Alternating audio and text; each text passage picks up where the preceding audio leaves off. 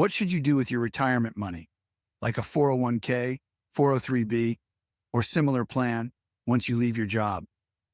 A lot of people who come into my office mistakenly think this is an easy choice, but that's rarely the case.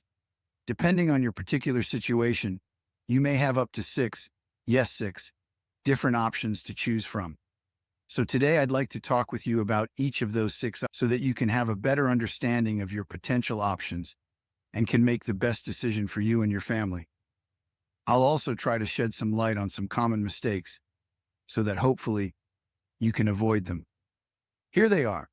You can leave your employer plan assets in your existing company retirement plan, roll over your plan assets to a new company retirement plan, roll over your plan assets to an IRA, take a lump sum distribution of your plan balance, convert your plan assets to a Roth IRA, or make an in-plan Roth conversion of your plan assets.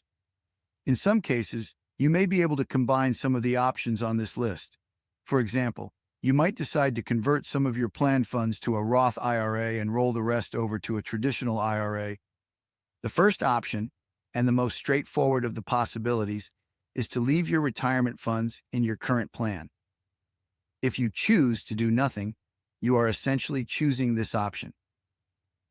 Some of the most common reasons people choose to leave their assets in their existing plan is to be able to utilize plan-only 10% penalty exceptions, the potential for lower fees, and the possibility of stronger creditor protection than might be available elsewhere. Of course, these benefits often come with trade-offs, such as a limited selection of investment options compared to alternatives. If you go back to work for a new employer or have another old plan that you like, you may be able to roll your current plan funds to another plan. Plans don't have to allow you to roll over money from other plans. So if this is something that appeals to you, you should check with your new plan to see what its rules are. The reasons to consider rolling your money to a new employer plan are similar to the reasons you might consider leaving money in your old plan. Just remember that when it comes to plans, the tax code is often far more liberal than a plan's own rules. So a lot, as mentioned before, varies from plan to plan. The third option you have when you leave your plan, and one option that must be available to you, is a rollover to an IRA. This is the preferred option for many when they leave their employer for a variety of reasons. If you want, you can roll your funds over to an existing IRA. Alternatively, if you don't already have an IRA, or if you would just like to move the funds to a new account, you can open a new IRA and roll your plan funds there. Common reasons people choose to roll over funds to an IRA are broader investment options, simplification, and the opportunity to receive more personalized service. These benefits may come at the expense of other things, though, such as diminished creditor protection, the loss of certain exceptions to the 10% penalty, and the possibility of higher fees. Of course, in some cases, an IRA rollover can also help you lower your costs. Each situation is different and requires its own analysis. The fourth option, taking a lump sum distribution, is often referred to as cashing out your plan. In general, this is not a great idea because you'll have to add the money you take out of the plan to your income for the year. You also lose the tax deferral on those funds. Remember, while your money is growing inside of a retirement account, you don't pay tax on any interest, dividends, or capital gains. Now, I said it's generally not a good idea to cash out your plan, but that's not always the case. In fact, if you're lucky enough to have the right set of circumstances, cashing out your company plan might make a lot of sense.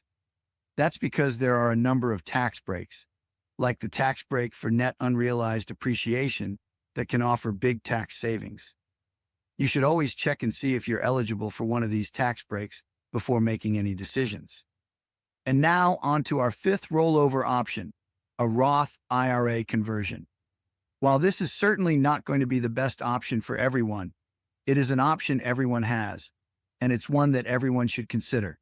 In a Roth IRA conversion, funds go from your plan to a Roth IRA. Now, it's very important to understand that this is a taxable event, meaning the amount you convert will be added to your tax return for the year.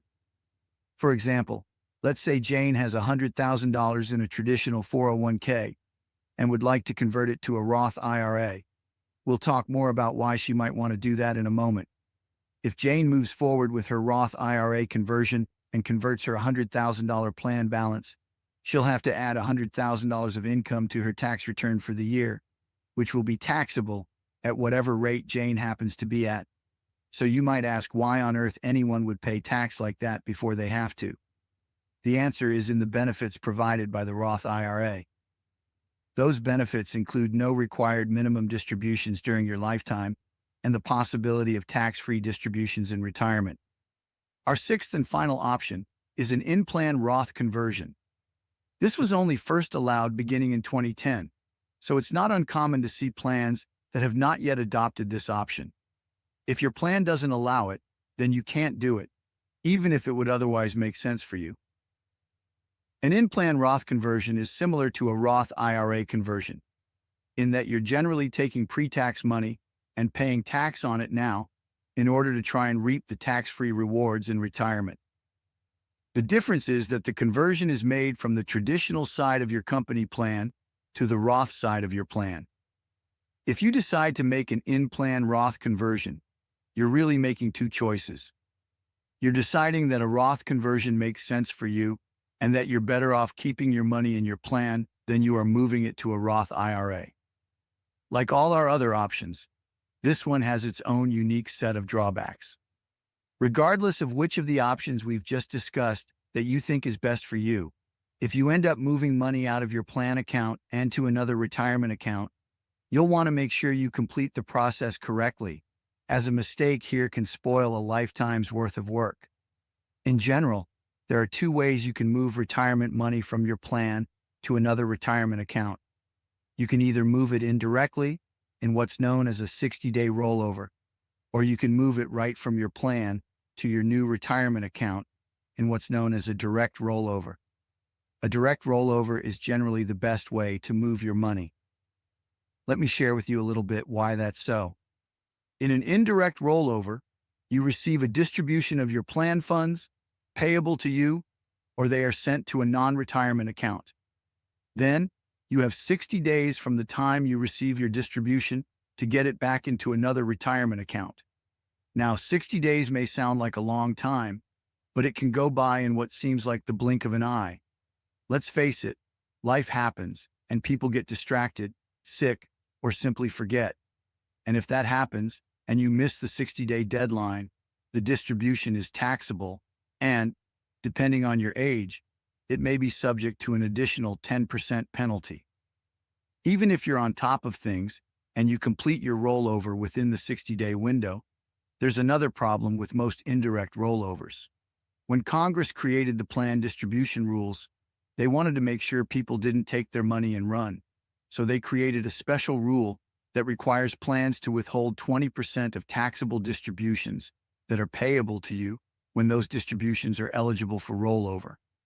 In a direct rollover, your plan money is sent right from your plan to your new retirement account. There is no 60-day time limit to worry about, and there's no mandatory 20% withholding. There is also no once-per-year rollover rule to be concerned with. Bottom line, moving money directly minimizes the possibility that a costly error will occur. Sometimes plans won't offer to send money right to a new retirement account. In such cases, they are still required to allow you to make a direct rollover. Typically, this is done by providing you with a check made payable to your new custodian. For example, the check might read, Company X, Custodian, for the benefit of John Smith IRA. If the check is made payable to your new custodian like this, your distribution can still qualify as a direct rollover and get the same favorable tax treatment. There is no 60-day deadline and no mandatory withholding.